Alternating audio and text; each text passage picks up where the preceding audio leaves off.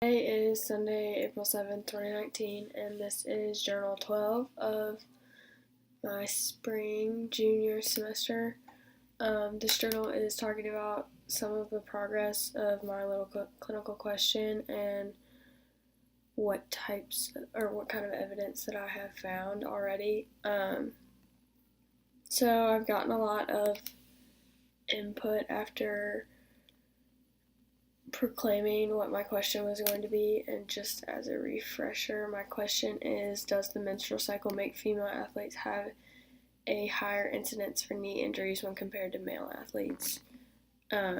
So with that, I found some basic facts. So women or females are 4 to 6 times more likely to have any kind of injury to their knee more than males, but most likely when it comes to the menstrual cycle, you're talking more like ligament wise, so ACL type injuries. So these would, because of the menstrual cycle, and there are imbalances of hormones at certain phases, and the imbalance can cause you to have a non-contact knee injury, like a non-contact ACL injury. So after doing some reading and going through articles that would be useful and not be useful, there are a couple things that are, I guess, big enough to note, and those are that the initial firing rate is lower in the VMO in women.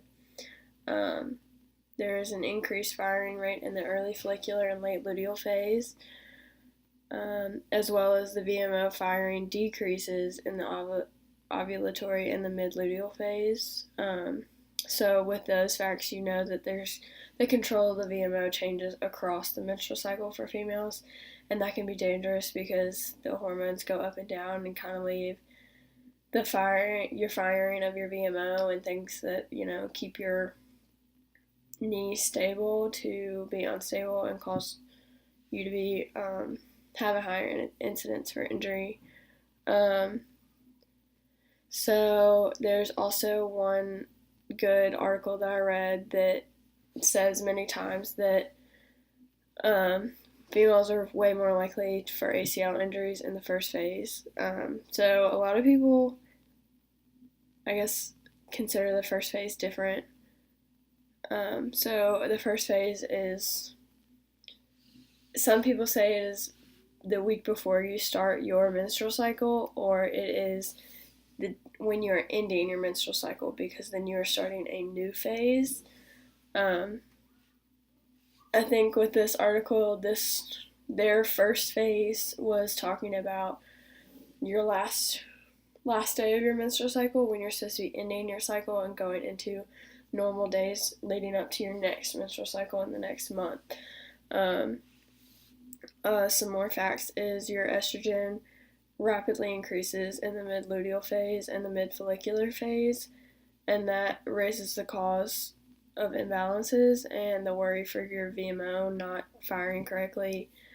Also, there is along with really we just look at estrogen, but as estrogen goes up, there's other hormones like arginine that goes down, and there are many other things that are imbalanced. These are just the ones that they have found research on and have found measurable ways to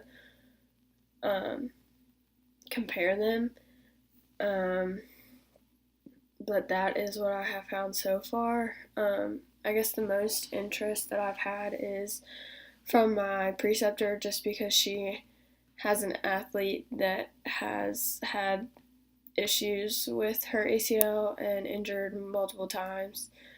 And as we were talking about it, I had just found that I was looking into this, and the athlete came in and was just listening, but we weren't, we were just talking about what I'd been reading, and she said that she was getting off of hers.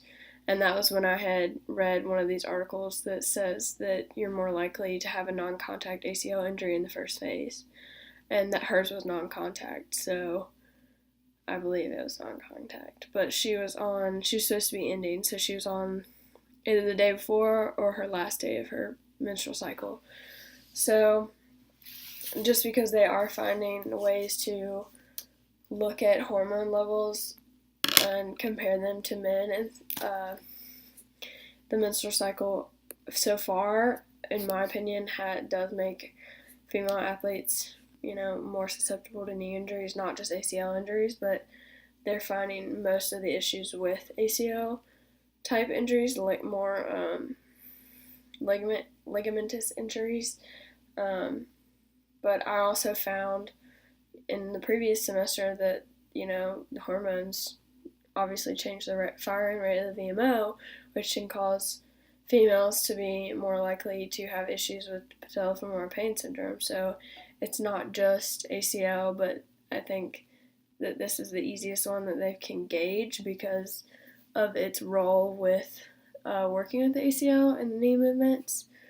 So that's some of the evidence that I've looked into, and I still have a couple more articles to read through and finish going through and recording everything and interpreting the data and really making a graphic. But just reading so far, there's some new studies coming out, and some of them aren't totally geared towards me in my research, but I've still kind of looked through them just to see if I can get a couple facts about this. But that is what I've done so far and what I've read through.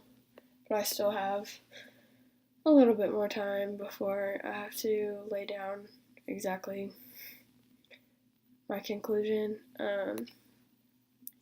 So yeah, this is Journal 12.